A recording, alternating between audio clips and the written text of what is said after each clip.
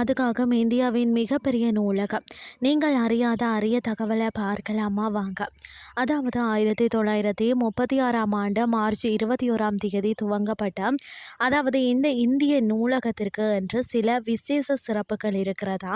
அவை பார்த்தீங்கன்னா, இந்திய நாட்டின் முக்கியமான ஆவணங்களின் நூல்களை பாதுகாக்கும் பொறுப்பை பெற்ற ஒரே இந்திய நூலகம் இதுதானாம். வருடத்தில் 362 நாட்கள் திறந்திருக்குமாம். 3 நாட்கள் மட்டும்தான் மூடி இருக்கும் நூலகமாம். நூலகத்தின் பிரதான காலில் வாசகர்கள் படிப்பதற்கு சிறப்பு அனுமதி சீட்டு வாங்கணுமாம். புத்தக விநியோக சட்டத்தின் கீழ் தான் நாட்டில் வெளியிடப்படும் ஒவ்வொரு வெளியீட்டின் ஒரு பிரதியை பெற இந்த தேசிய நூலகத்திற்கு உரிமை உண்டாம்.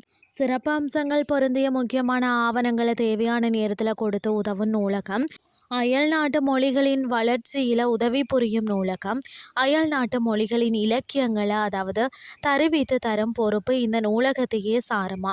இத்தனை பெருமைகளுக்கும் சொந்தமானது தான் இந்திய தேசிய நூலகம். இந்தியாவின் தேசிய நூலகம் கொல்கத்தா மாநிலம் அலிப்பூரில் உள்ள பெல்வேட்டர் என்ற இடத்துல தான் 1893 கட்டப்பட்டதாம்.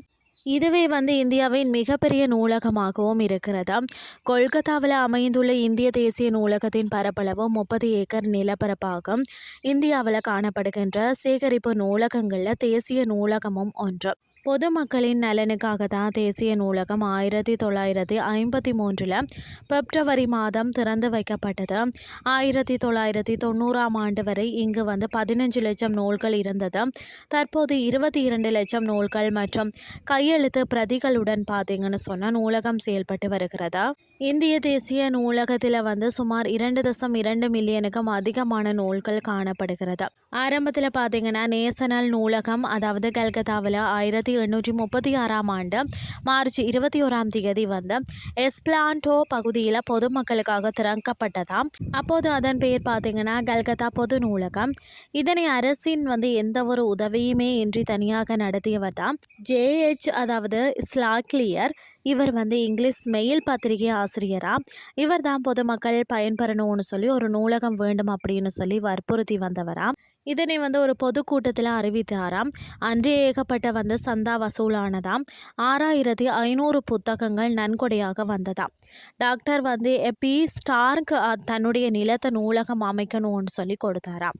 ஸ்டாக்லியர் நூலக செயலாளராகவும் அதே மாதிரி ஸ்டேசி என்பவர் முதல் நூலகராகவும் பணியாற்றினார்களாம்.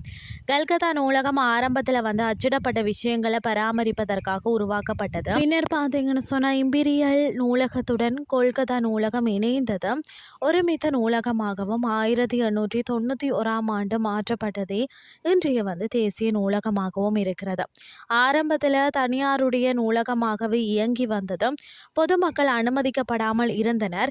பிறகுதான் கர்ஷன் பிறப்பு காலத்தில் இந்த நூலகம் பார்த்தீங்கன்னா அரசுடைமையாக்கப்பட்டதாம். அதன் பின்னர் தான் அனைத்து தரப்பு மக்களும் நூலகம் சென்று படிக்கும்படியாக 1902ஆம் ஆண்டு சட்டம் இயற்றப்பட்டது. அதன்படி இந்தியாவில் துவக்கப்படும் எந்த நூலகமானாலும் அதை யாரும் சென்று படிக்கலாம், நூல்களையும் எடுக்கலாம் என்ற ஒரு நிலை மாறியது. இந்தியா சுதந்திரம் அடைந்த பிறகுதான் இந்திய அரசு இம்பீரியல் நூலகத்தின் பெயரை மாற்றி தேசிய நூலகம் என்று பெயரிடப்பட்டது.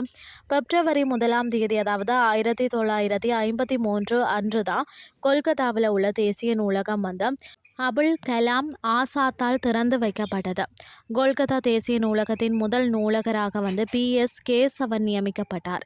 இந்த நூலகத்தில் இந்தியாவில் பேசப்படும் மற்றும் புழக்கத்தில் உள்ள அனைத்து மொழிகள்லையும் வெளியாகின்ற நூல் மற்றும் செய்தித்தாள்கள் தான் இங்கு காணப்படுகிறது. முக்கியமாக நாட்டின் அரசு ஆவணங்கள் உட்பட ஐக்கிய நாடுகள் சபை மற்றும் பிற முக்கியமான நாட்டு ஆவணங்கள் தேசிய நூலகத்தில் சேகரிக்கப்பட்டு வைக்கப்படுகிறதாம்.